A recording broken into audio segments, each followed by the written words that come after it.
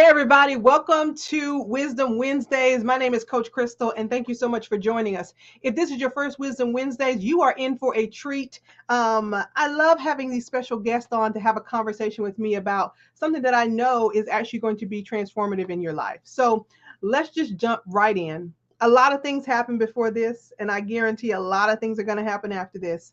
But I promise to be here with you now. Please be here with me now. One of the key mantras that we have here at Steps and Stages is that the past is sometimes full of regret, the future is full of anxiety, but your power is right now. And the fact that you chose to be here with us now is something that we don't take lightly. Tonight, our guest is Loryn Wellman. She is the founder and creator of the podcast This Too Shall Suck. And she's going to talk about something tonight that is really instrumental in my life. It has been something that I've been dealing with since I was probably about 9 years old. And I have a unique take on it, but we're going to talk to Loryn tonight about grief. And I hope that it helps you either understand your feelings, transform your current situation, circumstance, or condition, or find the solace in knowing that you are not alone. Everybody just help me welcome Loryn Wellman. Woo! Hey. Hey, girl. How are you? I'm good. How are you? I'm so excited to be here. Thank you for having me. No. It's obviously my pleasure. Girl, it's mine. I was trying to put my phone on Do Not Disturb because right. we're trying to be present, honey. Okay. Conversation. Right. Okay. Listen, here's what I would love to just jump into. Like, just tell our Steps and Stages audience, who you are, what drove you to create the podcast, This Too Shall Suck, and a little bit about your own practice with grief. Yeah. So again, like she said, my name is Loryn Wellman, aka Lauren Denise is what I go by. And can you all see me? You can hear me and see me well? Good. So I always tell people honestly, what drove me to start the podcast was it was a message really from God, right? And so a little bit about my journey is that I started my grief journey, I guess we'll talk about, right? And so in 2014, my mom was diagnosed with breast cancer. And then unfortunately, she ended up passing away in March of 2015. And so, grief, that's when I was really introduced to what it was and it was here, right? But I didn't really process it. I just kind of kept going, right? And then in May of 2019, my dad was diagnosed with stage 4 bladder cancer. And then he actually ended up passing away in August of 2019 from bladder cancer. And so, you can imagine not processing one grief, right? And then introduced to another grief. I was that came smack dab in the middle. And so it was right before the holidays, of course. So there was a lot of feelings there, not only because this is our first holiday. I have 4 siblings. So first holiday, not having our parents, right? And then again, not processing that prior grief. So it was a lot of just the grief of my dad, but then compounding grief as well. And so, as I started recognizing the signs, the anger and lashing out and things like that, I recognized that I needed help, right? So I decided to go to therapy, started learning more about grief. And as I started learning more about grief, what I recognized is that there was not a lot of resources on grief as a whole. There was a lot of resources on if you lose a parent or if you lose like the death of someone, right? But there wasn't a lot of conversation about like what happens if we're grieving the pandemic? What happens if we're grieving what happened earlier today? Like because we didn't get a parking spot and we had to walk, like these are real life griefs that we're not talking about. And so I knew I wanted to talk about that because there was nobody who looked like me, sounded like me, or was talking about grief and the perspective that I wanted to talk about it from the beauty of it, right? Because yes, grief is sad. Yes, grief is heavy, but grief is also beautiful. It's also mind blowing. It's also transformational, right? And so I knew I wanted to do, I have a background in events. That's how Christal and I connected, is doing events. And so I wanted to do grief events in the community. And then, 2020 happened, right? The pandemic came, shut everything down. So, God knew I wanted to do something. And so he really, I tell people he gave me this dream at 3:30 in the morning, woke me up, had me write down all these things. And then in April 2020, the podcast was born. And so it's been an absolute journey ever since. I've been honored to be able to do it. And again, just thank you for being here for us to talk about this topic that people really make uneasy and we typically do not talk about. Yeah, what I love about what you just said, Loryn, is that you're equating grief with disappointment, right? So sometimes we're like, oh, I'm grieving the parking spot I lost. Like, I mean, that's not grief, is it? Like, but disappointment is the cousin of grief. Absolutely. Right. And so we have, all these ways that we kind of do the big, it's like when you start working out, you start working big muscle groups, but there are little muscles under there that are holding those big muscles up, right? And Right. so when we start to untangle our emotions, we have to really know what is attached to what, right? So talk a little bit more just about how you are framing disappointment and its kind of residual effects that turn into big grief. Right. So again, like to your point, those little moments, right? If you think about grief as a whole, grief is literally just love misplaced. And so think Mm, about something that you loved and you misplaced it. So, people don't equate there's something, here's how I'll tie it in. So there's something called disenfranchised grief, right? okay. So what disenfranchised grief is that's basically society saying how you feel, you should not grieve that. So an example of that is like having, everybody's talking about the abortion, right? If you Mhm. had an abortion, you should not be able to grieve that because you made that decision, right? Ah, Or if you had an ex from a long time ago and they passed away, you haven't talked to them in years, but you have this heavy feeling inside of you, you should not be able to do that, right? And mhm. so the reason why we don't acknowledge these moments is society doesn't deem them as grievable, right? And Mhm. so if I lose a job, or if I quit a job and I've lost my identity, right? You shouldn't grieve that because you didn't lose a parent, somebody didn't die, right? Mhm. You didn't get divorced, right? These are big griefs, right? Right, People, right. society and people try and put grief in like big grief, little grief, when grief is just grief. Yeah. Grief is all the same, no matter how you slice it, right? And Mhm. so just understanding that, to your point, grief and disappointment are cousins, grief and guilt are kissing Ooh, cousins, yeah, right?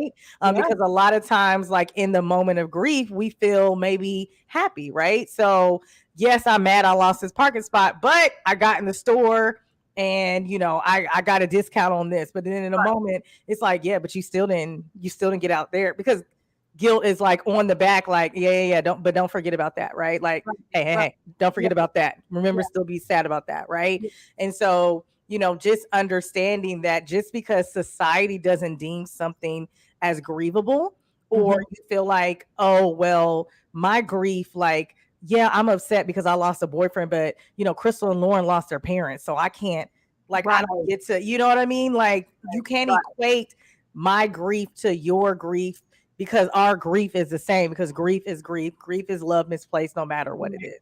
right, right. We have a thing at Sets and Stages, Lauren, where we talk about how fear is couture. And like, my fear is not your fear. You can't wear my fear because it won't fit you. Mine is custom made to me. It might make me do jumping jacks. It might make you eat ice cream. It might, like, it Right. might do all the crazy things, right? So I think grief is another one of those things. I love it that you're saying that grief is misplaced love, right? Because the same thing is guilt is the lost opportunity for love, Mm.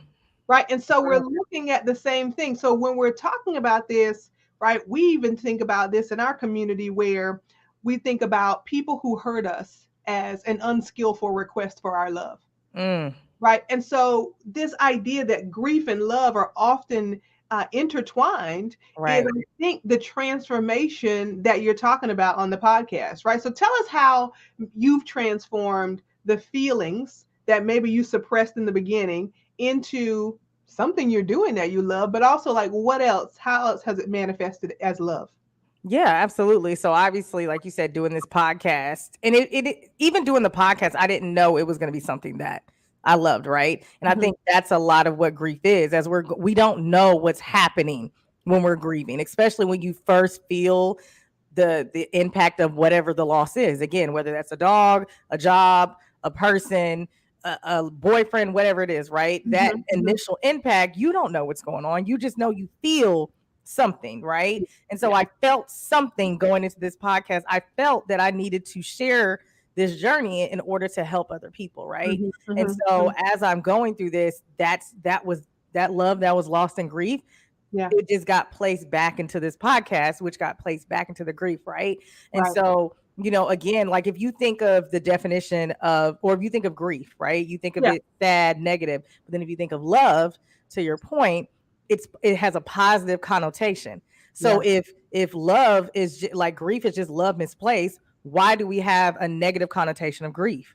Yeah. if all it is love misplaced, but love has such a positive, connotation on it, right? And Yeah. so, that's my biggest thing is as I was going through this, the transformation of just understanding that yes, grief can be negative. Absolutely. But if we're saying that it's love misplaced, love is positive. So why would we not equate that to positivity, right? And so as I've been going through this, not only did I fall in love with the podcast, but I actually fell in love with my grieving process, right? And I know a lot of people will not say that, like, oh, I love grieving, right? Because like, who wants to do, right? Like, who wants to do that? Yeah. But I fell in love with the process because as I was going through those negative moments, I'm like, where's the positivity in it? Because all this is just love. It's just love. It's just like a little lost that doesn't know where to go. Right. So how could I put something positive in? And that's what I always tell people. And they look at me crazy when I say that grief is a beautiful journey, because it is, because you find out who you are. Grief is the only time, Christal, that you can literally be a whole new person and nobody will check you on it. Okay. Like it doesn't matter what age you are or anything like that. It can be like, oh, well, they lost so-and-so or they went through this. So do something. Right. That is the only time that you can literally be a whole new person and nobody will check you on it. That is beautiful, right? Because people are so like, we get put in a box of like, you only have this amount of time to do this. And it's like, no, you do not have that amount of time to do this. You can do this at any time you want. And grief allows you to do that. So I really fell in love, honestly, with the podcast, but I also fell in love with the grieving process because there's so many nuances and avenues to it that we just don't get to talk about because it's just so taboo and it's such a negative thing. And my goal is to put the positivity back into grief. I love that, Loryn, because it actually tells us that in the midst of loss, we gain something greater, right? And so falling in love with the grieving process. So you and I told you about this earlier, and I've told my list and all the people who follow us this week, is that June 20th through 30th are like my 10 days of grief. I mean, there are other days, but these are the days that really kind of, I have to recontextualize who I am and what I'm doing, right? We call it your grief week. That's my grief week, right? So just for those of you who may not know, on June 20th is the day that my mother passed away. June 24th is the day that she was memorialized. June 25th was the day that my father passed away. June 26th was my mother's birthday. And June 30th was my father's funeral, right? And so during that week, what I've decided to do each year is that I rest, I reflect, and I tell my son something amazing about two people that he didn't get to know. And I remind myself in that gap, in that grief gap, that I'm trying to transform into a deeper, more sustainable, never-ending love for my parents who may not be on this planet, is that I'm still curious. Like, who were these people? Yeah. Right? Like, who were these people who were like, in the army, little army couple traveling around? Like, in my mind, I'm constantly trying to put the pieces of the puzzle together because they were people before I got here. They were people before they were our parents, right? And it's like giving the honor to the whole life, not just the part of their life that we were a part of, for me, continues to allow me to not only grieve, but find a deeper love for them. Absolutely. Yeah. Absolutely. I love that. Ooh, I love that, Christal.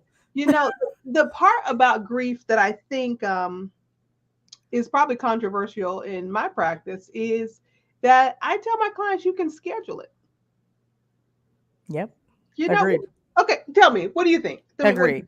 Agreed. So there's things called like grief sessions, right? That's when you almost incite the grief, right? Because the thing about it is, you're right. You definitely can schedule it. And then there's going to be moments when you're minding your business and grief is going to come regardless. Yeah. Right. So if you have at least a handle on it, if you at least know, like, you know what? I think I want to grieve right now. I want to go ahead and get that out the way because I don't want you to bother me when I'm out with my girls. You know what I'm saying? So let me go ahead and get that out the way. And what that is you incite the grief. So maybe you listen to a song that reminds you of a loss. Maybe you watch a movie that reminds you of a loss. Maybe you watch a home video that reminds you of the loss. Now you're crying, you're losing your mind, you're you know what I'm saying? But right. But you get that out. Right. And so now it's like, cool. Like now I can move forward, not move on, because you never move on from grief. So let's just go ahead and put a pin in that. Yeah. But you move forward because now you've gotten that out. So now you're not like, out at the club busting out crying because now you've heard a song. You already had your grief session earlier. You're good. Right. You already got that out the way. Exactly, because that liminal space, right? Because these two things are cousins, because they're on the same frequency, you could slip back and forth very easily. Mm-hmm. Right? Like when Absolutely. you're talking about grieving relationships, like you can fall back and forth very easily. And that liminal space is something I don't think you want to be at the club with the Mm-mm. second cocktail slipping into the wrong side of it. Right. Because it's happened. I've done that before, right? And then that's what I had to understand. Sometimes if you just have an inkling, or if you're just like, you know what, I haven't cried in a long time about that.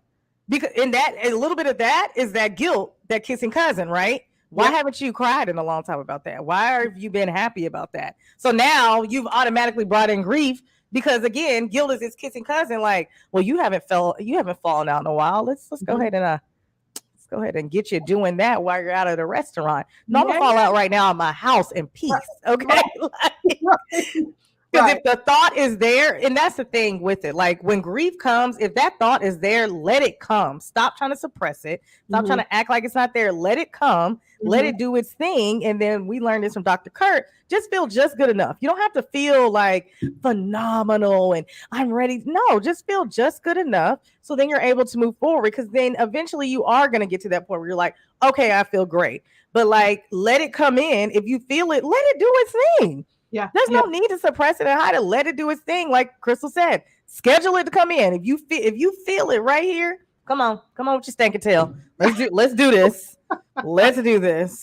Right. Let's do this and let's move forward. Yeah. You know what it also reminds me of, Loryn, is that okay, right? There is misplaced love. It feels like loss. It feels like disappointment.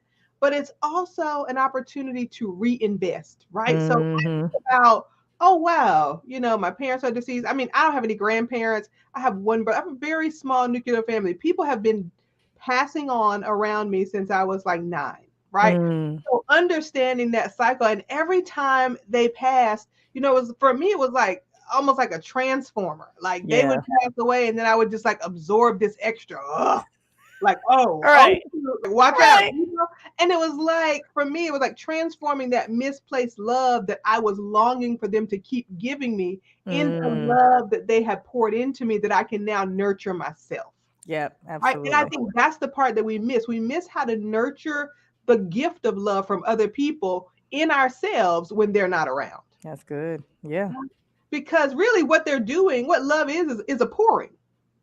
Right? And the pouring is into us, it's around us, it's through us, but we have to know that it's there so that when it does maybe pass on in its physical form, we know we haven't lost the actual essence of the power of what it's there for, right? Correct. We keep the recipe. Right. Just because they're not physically pouring doesn't mean that it went away. Exactly. Yeah. I tell my clients about scheduling grief because when my mother died, I actually went to work 9 days later. And then when I came back to work in the fall, in my job as a professor, I would just tell people, listen, if you see me on Wednesday, pretend I'm a ghost, pretend I'm invisible. If I'm here, just don't even talk. I'm not here. I might be working, I might not be working. If you don't see me, don't call me, don't email me. Please don't expect anything back, because that was my day to like either like feel great or be in my basement on a beanbag crying. Right. That was the day. And I would be in meetings during the week and people would say things and I would start to feel that grief jump up and I would just pretend that I was still listening. And on a piece of paper beside me, I'd write, I'm so sad right now. I can't wait till Wednesday. Right. Right. And just tune back in like, okay, what's happening now? Right. And think about that in a way of like, my mother's name was Jackie. What would Jackie want me to do right now? Get up and leave this meeting crying so she could be like, go fix your face, go wash your face and go back and do your job. Right. That would be the thing. Like, I'd be like, what would you tell me right now? Right. Yeah. So even just imagining their responses, right, is something that I think continues to help us process the grief. Y'all, absolutely. If you're joining us, we're talking to Loryn Denise, who is the founder of This Too Shall Suck podcast. You can find it anywhere you get your podcast. And we're talking tonight about grief, and we are happy to take any of your questions. If you type your questions in the chat on any platform you're on, they'll come directly to us. We'd be happy to answer them. But as we continue to go, so we know now that grief and guilt are cousins. One is misplaced love. One is a missed opportunity to give or receive love. Then we know that there is a part of this that wells up that we cannot control, right? But we do know if we get used to inviting this grief in, this emotion in, then we also are clear about it is valuable and insightful as an emotion on the spectrum, right? Absolutely. Like sometimes we just need to cry. Sometimes we just need to be clear about what it is we've lost. And naming it can actually help us get in that process of transformation. Absolutely. And then reinvesting the love that might have been misplaced or not given in back into ourselves so that we actually continue to grow. What are some ways that you reinvest in yourself, Loryn? Because at the beginning, you told us about your mother passing away and then not getting through that grief cycle and then your father passing away. So how has that been kind of an detanglement for you, but also how have you figured out how to pour into yourself? Yeah, absolutely. So of course, therapy. If you do not believe in therapy, you should. Especially if you are grieving, especially if you experience any type of loss, it doesn't matter how big or how small. Yeah. You definitely, I believe everyone should go to therapy, to just kind of have that neutral space to be able to share, right? And not because your family and friends, they mean well. They really do. They mean well. They want to give you the love. But sometimes it just doesn't land well. Right.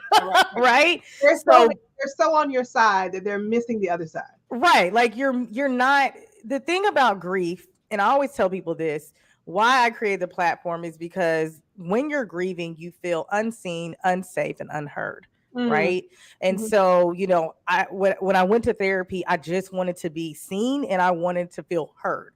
Yeah. Right. And I didn't always feel safe talking to my friends. I never felt seen or heard because they had never been or experienced that. Right. And so how would they understand? And so that's always one of the biggest things as well. When I tell people, if someone has experienced a loss, and people are like, well, I don't know what to say. The best thing is not saying anything and showing up, because if you say, I understand, you don't understand. Even if you've lost I would never get on this platform, even though Christal has lost her parents and I have lost mine, and tell Christal I understand her pain, because I do not, because I did not have her experience. I did not go through what she went through. Right. I get it. Right. But I don't understand. So anyways, I say that to say therapy was the place for me to go and be seen, safe, and heard. So definitely therapy. And then also, Christal, really just, how do I say this? So really understanding and investing and learning Loryn, the inner child in Loryn, right? I know that's like maybe a buzzword right now.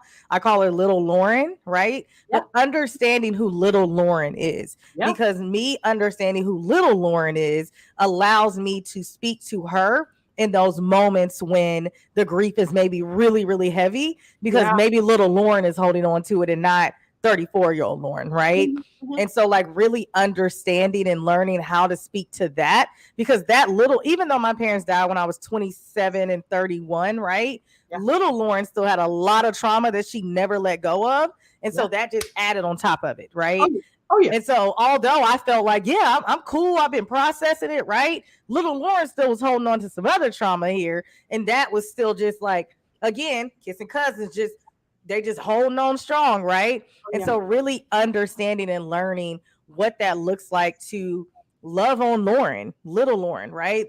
Be able to speak to her and understand what she needs in order to understand what I need, right? Which sounds crazy, right? Like, Loryn, that's the same person, but understanding what, you know what I mean? Like understanding what she needs to help myself in the present moment, right? So really learning and understanding who little Loryn is, what her triggers are, what boundaries she did not have in place that now she needs to have in place, right? So that I am able to move forward and be a healthy, functioning adult who is still grieving, because at the end of the day, grief is a lifelong process. It is not something that goes away in 10 days, 20 days, 2 years, right? You never move on from grief. You move forward from it. And it's not that you get over it. You learn to adjust your life to it, right? And so really understanding that and how to invest in her and learn her so that I can actually process this grief that I'm experiencing today in a healthy way and move forward and be a functioning adult who is indeed grieving, who will always grieve the loss of her parents, right? But who is able to function in society and share her story so others can do the same. And so really, again, just investing in therapy and investing in understanding who I am, who Loryn is, and who little Loryn is as well, has been my biggest things in this whole entire journey. No, that's good. We think about this all the time, right? I have clients who are therapists, right? Like, so I'm a vision coach, you know that. Like, we're talking about navigation, right? Therapy is about excavation. Coaching is about navigation, right? So as little Loryn and now Loryn are having a conversation, now Loryn actually has the resources to offer little Loryn that whoever was in that traumatic moment didn't have. Mm-hmm. Right? So now this is about not only like allocation of resources, but it's also about inviting yourself to honor yourself and teach yourself, right? I think about this all the time because many of you know my father did 2 tours in Vietnam, lost both of his legs, both of his children. My brother and I were born after the fact. And growing up with a man who went to war twice and was literally half of himself by the time we were born. Yeah. That is not the man my mother fell in love with, right? So again, the curiosity in me has to tell the little Christal, well, you know, when you wanted him to dance in the cotillion with you and he was mad about it, he probably wasn't really mad. He was probably scared. That's it. Probably thought he was going to fall down in front of an auditorium of people in those prosthetic legs, right? So you got to forgive him. He's not a dancer like you. Right. Right. So having that kind of conversation actually transforms, again, the grief into, oh, it was a misplaced opportunity to love me in a different way. That's it. Right? That's it. We just have to honor what we've been through as the people we've been through and with the people we've been through it with. You know, I think about this in terms of how you're talking about reinvesting in yourself, and grief is transformational. And for us, Loryn, in this community, we often think about it as just shining light on the dark spots, right? And really shining light in there so we can see what's really happening, and then noticing that we can appreciate and love the dark places too, right? That is what self-love is built on. And so a lot of these people who in our lives we've lost or have passed away didn't get to see all of our parts, right?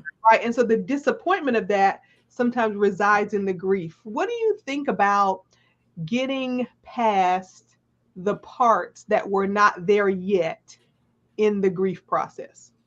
When you say the past, the parts that are not there yet, I just want to make sure I'm answering this correctly. Yeah, no. So let me go back to something you said before, right? You were talking about who you were, how old you were when your parents passed.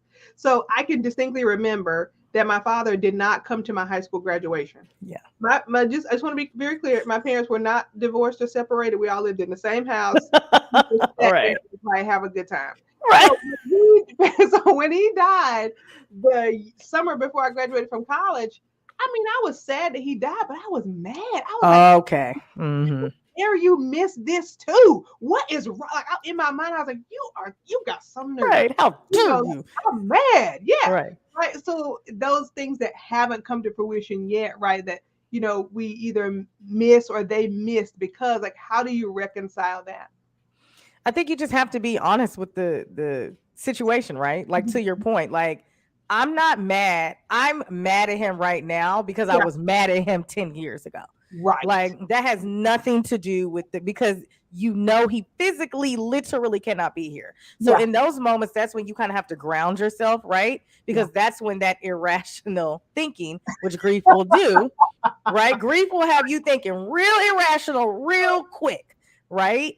And like, so having those moments of like, setting the grave on fire was irrational. Oh, okay. I didn't do it. I just thought about it. Teach, you know what I'm saying? Just not that. Just, okay. If there's a scale, but you know what I mean? Like, no. Right. If there's a scale, but you know, in those moments, that's when you have to ground yourself, right? And you have to say, is this grief? Or is this like a real thought? And most of the time it's just grief being irrational, right? Because there's moments, like I literally, anytime I think about getting married, it sends me over the edge. Oh yeah. Every time. Because I'm like, same thing with my dad. I'm like, you walked all three of my sisters down the aisle, but me. How dare you, right? How dare you, right? But that's irrational to think. Lord, what are you going to do? You can do a hologram with him. Like, that's weird, but you can do that, right? But that's when you have to ground yourself and say, Loryn, your feelings are hurt right now. Yeah. That's what it comes down to, is you're just hurt at the idea, and you are mad. Like, and that's a valid feeling. How you feel is valid. Is it rational or not? Right. Yeah, up for debate. But is it valid? Yes, absolutely. You are hurt and you are mad that you don't get to walk down the aisle with your dad when he's done that with all three of your sisters. That does piss you off. That's valid. But it's not going to change the fact that it's never going to happen. So how are we going to move forward in that? I'm going to allow myself to be mad about it, right? I'm not going to act like I'm not going to be. I am mad about it. I'm mad about it and I'm hurt about it, right? But it's still not going to happen. So I'm going to be able to move forward, right? Now, when the day gets there, I might be mad that day for a second. And then I see my husband and I'm like, we good. I'm still a little bit mad, but we good. Right. But like, I think in those moments, just like taking a step back and being like, okay, am I being irrational? Yeah. Probably so. How do I ground myself in that moment? Do I need to let this feeling, whether it's madness, whether it's sadness, whether it's joy, whatever it is, do I need to let this feeling in?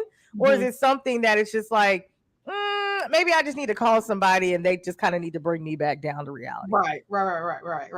No, that's good. That's good. So for those of you who are just joining us, we're talking to Loryn Denise. She is the founder and creator of This Too Shall Suck podcast. You can find it wherever podcasts you are displayed, to download it, whatever you would do. What's the words? What it is, right. And tonight we're talking about grief. Grief is transformational. Grief as an emotional roadmap to finding misplaced love, and the connection between grief and guilt. Now let's jump over to the guilt side just a little bit, Lo. And for those of you who are just joining us, feel free to post your questions. We're happy to answer your questions. I often find that the guilt piece comes again with some of the irrational thoughts, right? Shoulda, coulda, woulda. Why didn't you? And it's often the kind of accusatory mind, right? It's the little voice on the shoulder that's like, well, you coulda, why didn't you? How did it, right? And so how do you kind of reconcile? Some of my clients call that voice Craig. So how do you get Craig to be quiet when you know you've done your best? I don't try and let Craig be quiet because I know it's Craig. Right. Okay. So come on, Craig. What you talking about? Right. So I let it do its thing.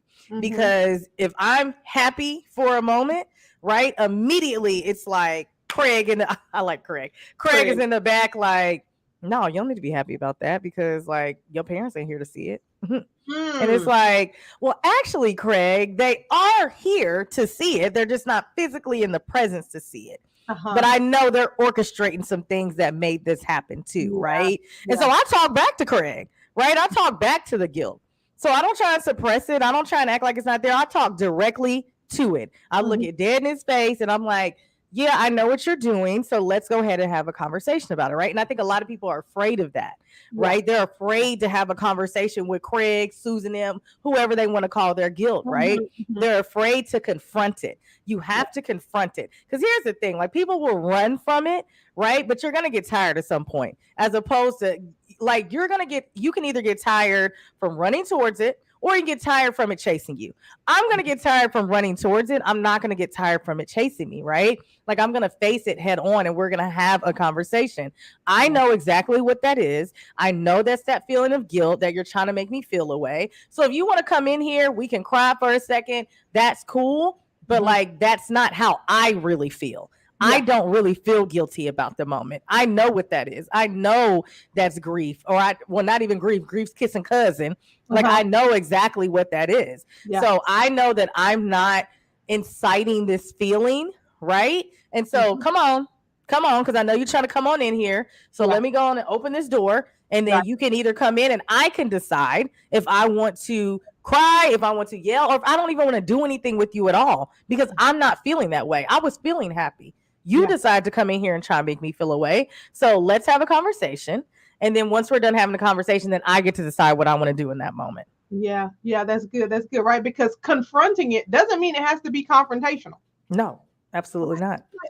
This is in Emmanuel Acho's book Illogical, which, shout out to Emmanuel Acho. Love him. Might be my soulmate. I'm just saying. Just hello. I'm just saying. I'm manifesting. I'm here for it, honey. I can see it. I'm being the wedding like. Okay. Sorry. Right. Celebrate. Okay. But he's talking about, in his book Illogical, he's talking about the parable of David and Goliath, and David running to the battlefield, like running to the battle line. Right. And so a lot of times when we're in our kind of mind, in our grief mind, we're kind of trying to strategize how to be normal with this cloud of guilt, with this cloud of grief, with all these feelings. And instead of running towards it and looking it in the face and saying, this is what happened at the level of fact. My feelings are navigational, but the facts are the facts. Right. The facts are that there's no way I could have changed the outcome. The facts are right. So when we get there, we have to run quickly with the facts rather than allowing the feelings to kind of keep drowning us back and take exactly. Right. So I thought about that. I was just no, I love that book today. Running to the battlefield though is not what most of us do. No. We retreat into our feelings, right? And we allow them to become our reality. And it's similar to what you were just saying about the irrational thoughts, right? If we are retreating into our feelings, then we are more adept to create irrational thoughts, right? Rather than to see things at the level of fact. And this is, again, similar to what we were talking about earlier, how disappointment leads to grief. Absolutely. And we can't measure people's grief because although someone might lose a parent, several little disappointments feel exactly like that, right? Absolutely. The residue of those daily disappointments can put you in the same type of grief state. So when we think about that, Loryn, when you think about, the retreating that most of us do, how do we actually find the energy, the courage to run to the battle line? I think you just, number one, have to give yourself grace, right? Because we are in such, and I'll say specifically us as Black women, right? Like we grew up and we're in a society where it's like strong is sexy. Strong is the new sexy, right? And so we've equated strength with hiding, right? Or we've equated strength with retreat, or strength with not showing emotions, as if like showing emotions is weak. Right. And so I think you have to get out the notion that showing emotion and allowing yourself to feel is weak and makes you less than, or you're not strong. That's not true. It's strong. To me, it's stronger. And that word again is relative, but it's stronger for you to show your emotion and to actually face your emotion head on and to actually allow yourself to feel. Because there's a lot of people who are sick now, who are depressed because they do not allow themselves to feel. Right? Feel whatever it is. If you feel joy, feel joy. If you feel anger, feel anger. If you feel sadness, feel sadness. If you feel disappointment, feel that, right? People don't allow themselves to feel. And that's why a lot of people end up sick. A lot of people end up dying early, right? All of these things are happening. You got ailments in your body and you're like, dang, I don't know, my back is hurting today. Right? Because you're not allowing yourself to feel, because you've equated and you've heard all your life, well, don't cry, especially little boys, right? Don't cry, little boys, don't cry, right? Or don't cry if I give you something to cry about, right? You know what I'm saying? When you getting your butt whooped, what are you talking about? I'm hurting, like my tail is hurting. Like, why are you telling me not to cry, right? But we've learned that our whole life that crying makes it weak, and so, or sadness or emotion makes you weak. And so, of course, as adults, we're going to retreat when we're feeling away because we have to put on a strong face, especially with grief, right? Especially if it's like a loss of a person and you're the strong one in your family, right? You have to put on this face and hold it together for everybody else. No, you do not. You really do not have to hold it together for anyone. Right? Because what happens when you hold it together for you? Nobody holds it down for you. And then now what? Now what? Now you've fallen apart and no one around you can pick you up and put you to pieces because you've tried to carry all of them.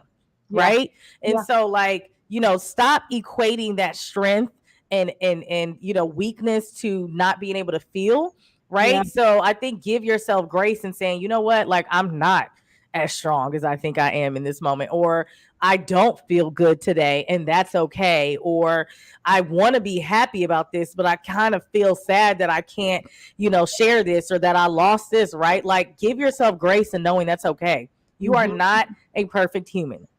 The only perfect being is God, universe, soul, however you want to call it, right? But we as human beings are not perfect. And so you trying to not feel is not perfection. All that's doing is making you sick.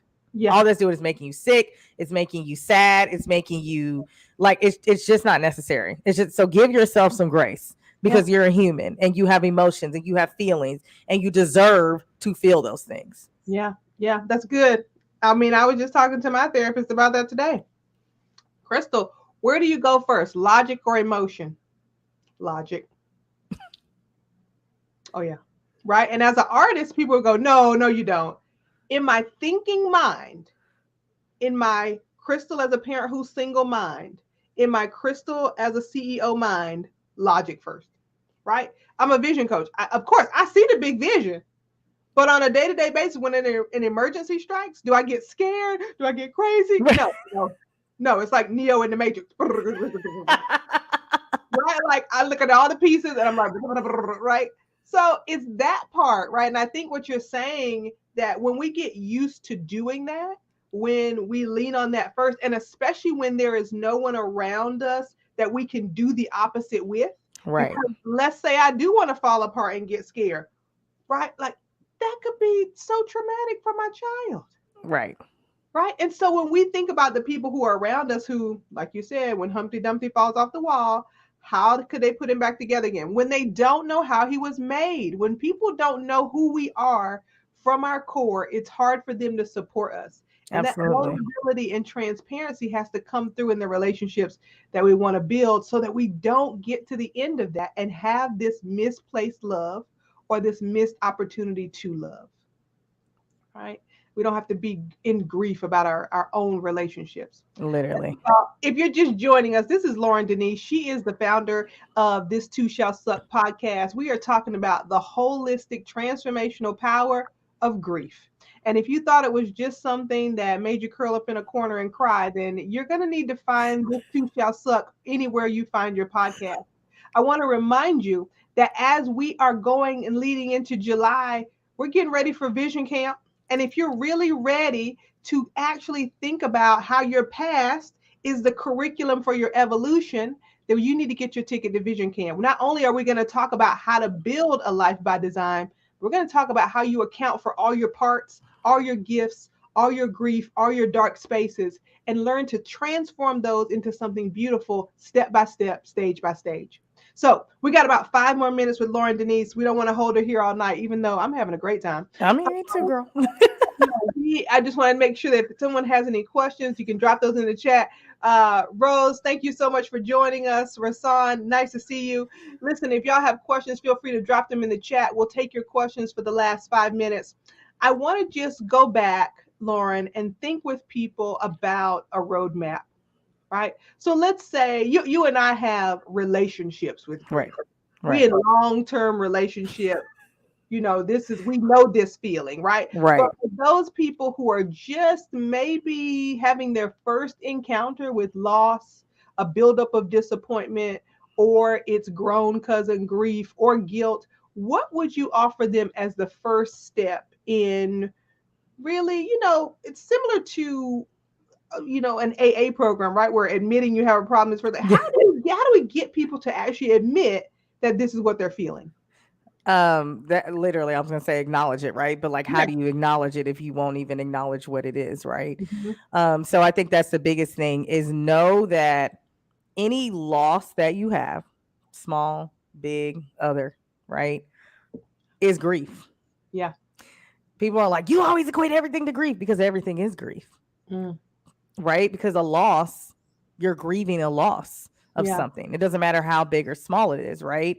And so just acknowledging that you experienced a loss. I think that's the first thing, is acknowledging that you experienced a loss. You don't have to say, oh, I'm experiencing grief, but acknowledge that you're experiencing a loss of some form to you. It doesn't Right. have to be to everybody else. It doesn't have to be to society, but this is a loss that I am experiencing for myself, right? Whether it's a job, whether it's losing your identity, going Mm. from a 9 to 5 to be an entrepreneur, right? Yeah. That's a real life loss Yeah. that happens, right? Yeah. Whether it's, coming, and I've talked to people about this, being a mother, sometimes going into motherhood, you lose who you are, or a wife or a husband, right? Acknowledging that you have experienced a loss of yourself, right? Yeah. Because when you lose something, whatever it is, you do experience a loss of yourself. So I think the first thing you have to acknowledge is that you have lost, there's a loss that's associated with yourself, right? And Mm-hmm. that the second thing I would say is understand and know that your normal is never going to be the same. You're Mm-hmm. going to automatically have a new normal, Yeah. because whatever the thing is that you lost, again, whether it was a job, a person, right? That was in your normal, that was here, right? Now that's not here any longer. So this is you're automatically going to have a new normal. Yeah. Right. So understanding and acknowledging that I experienced a loss for myself. Society may not deem it as a loss. My husband, my wife, my friends may not deem it as a loss, but I experienced a loss. And then understanding that now I have to go to a new normal. I'm going to have a new normal, right? And then adjusting and Yeah. understanding and learning what that looks like for you. Like, Mm-hmm. how do I adjust to this new normal because I had this loss, Yeah. right? And then in that adjustment phase, that's when you realize, oh, I'm kind of grieving, right? Mm-hmm. I'm grieving this loss because now I have this normal, and now I'm trying to adjust to what this is, right? Mm-hmm. That's Mm-hmm. grief. That's Yeah. literally all that grief is, right? Is adjustments. And Yeah. so, like, that's kind of what brings you to grief, is understanding that and adjusting to that new normal. And that's what allows you to go through those processes, or those stages of grief that they call them, right? The Mm-hmm. acknowledgement, the angers, the what is it called? The denial phases, right? And then the enlightenment and all of these things, right? But you cannot get there until you acknowledge that you experienced a loss of some form. It Mm-hmm. does not have to be what society deems as a loss. That's what kind of that disenfranchised grief is, right? So just acknowledging that loss, understanding that you're going to have a new normal after that loss, right? And then learning and knowing that you have to adjust to this new normal. And that's really kind of where the grieving process begins, Yeah. right? If you don't want to call it grief when you acknowledge the loss, right? Mm-hmm. Mm-hmm. That's where it begins, is understanding and adjusting that into your life and going through those phases so that you can get to, I always say, like, there's not like sides to grief, right? But there's that heavy part of grief. You feel like you're in a dark cloud, and then you start seeing beams of sunshine, and then you finally get out that cloud, and you're like, oh, okay. That doesn't mean the cloud is still going to be right in here, Right. trying to, snatch you back up, right? Mm-hmm. But then understanding how to navigate that. So I would say that those are really the steps of, how you really acknowledge that grief is happening in your life. Yeah. No, that's good. That's good. While you were talking, it made me think of also that a lot of people suffer grief from expectation.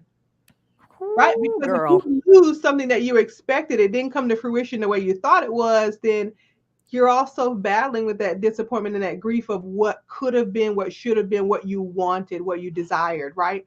And right before we close, I'll just say, there's a difference between your current reality, your perceived reality, and your preferred reality.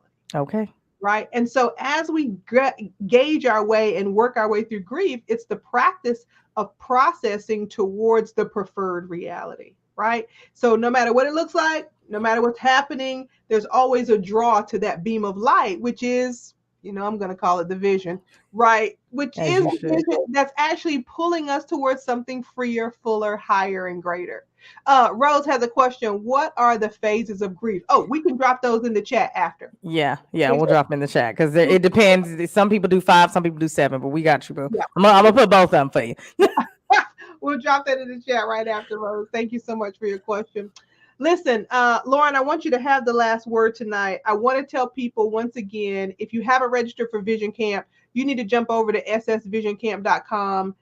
If you're on our email list, you know that the other day on the anniversary of my mother's death, I wrote an email that says she's gone and I'm still here. Mm. And that means not that I'm flipping about it. Y'all see this necklace all the time. You probably think, dang, this girl ain't got no more accessories.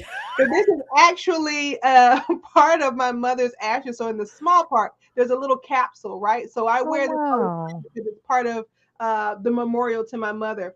And it's because she was a doer. She was a woman who didn't get to do all the things that I know she would have loved to do. And I have a goal to never leave this life on empty, right? Mm, There's not going to be any shoulda, woulda, couldas in me. There's not going to be in, well, maybe I could have done a little more of this, right? If I can, I will.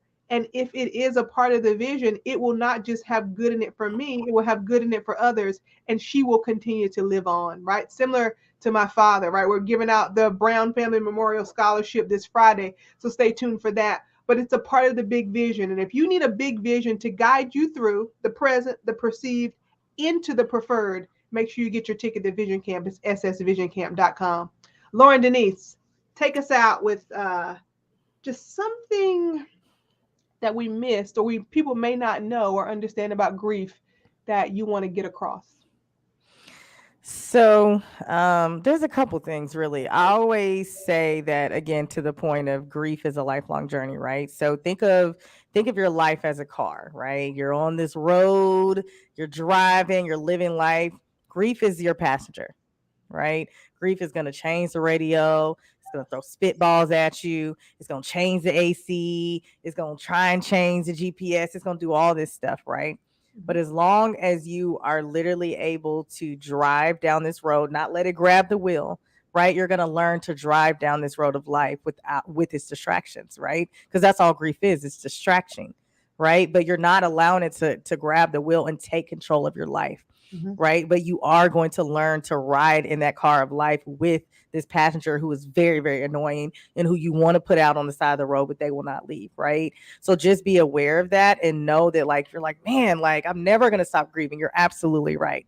You're absolutely right. But you're going to learn to ride in the car with this annoying cousin. And I would say the second thing with that is how I think about grief is an arrow, right? You know the mechanics of an arrow. Yeah. You know, you pull it back and then go forward, it hits the target. So think about your life as, you know, this arrow. You pulling it back. This is all the grief, all the negativity, all the hurt, all the pain. And then when you release that, it's flying through the air and it's going to hit you to that next level and that target that you need to be. So allow that grief to propel you forward to take you to that next level and be that greater self. You can have a great life while grieving, right? Yeah. You don't have to stay in that heavy negative in the corner, shaking back and forth of grief. You don't have to do that. Take that, pull it back, use it to push you forward into that level of greatness that I know that you have because you are on here with the amazing Christal. So don't try and suppress it. Take it, let it push you through the air to that next level of greatness that I know is inside of you. Amazing, amazing. You know, we talk about I was leading in because we talk about fear and grief in the same way. I'm like, listen, fear can be in the passenger seat. It does not tell you where to go. It cannot grab the steering wheel, cannot change the radio. And if you need to, put it in the back seat, tell it to put a seatbelt on. And if it gets real noisy, put it in the trunk. It's gonna be there. You can't put it out on the side of the road, but you just gonna learn to deal with this little stinking annoying tail. Right, right. Craig and his cousins. Listen, Loryn, I can't tell you how much fun I've had tonight. Thank you so much for joining us. Thank you all for watching. Thank you for your comments. We'll drop those stages of grief in the chat. And until next time, let the wisdom that you glean, not only from us, but from every teacher that comes into your life at every moment of the day, refine you, but not define you, and allow you to become your best self. Take that next step to get to the next stage of your life. And I'll see you at Vision Camp. Thanks for coming out, y'all. Have an amazing night. Bye, guys.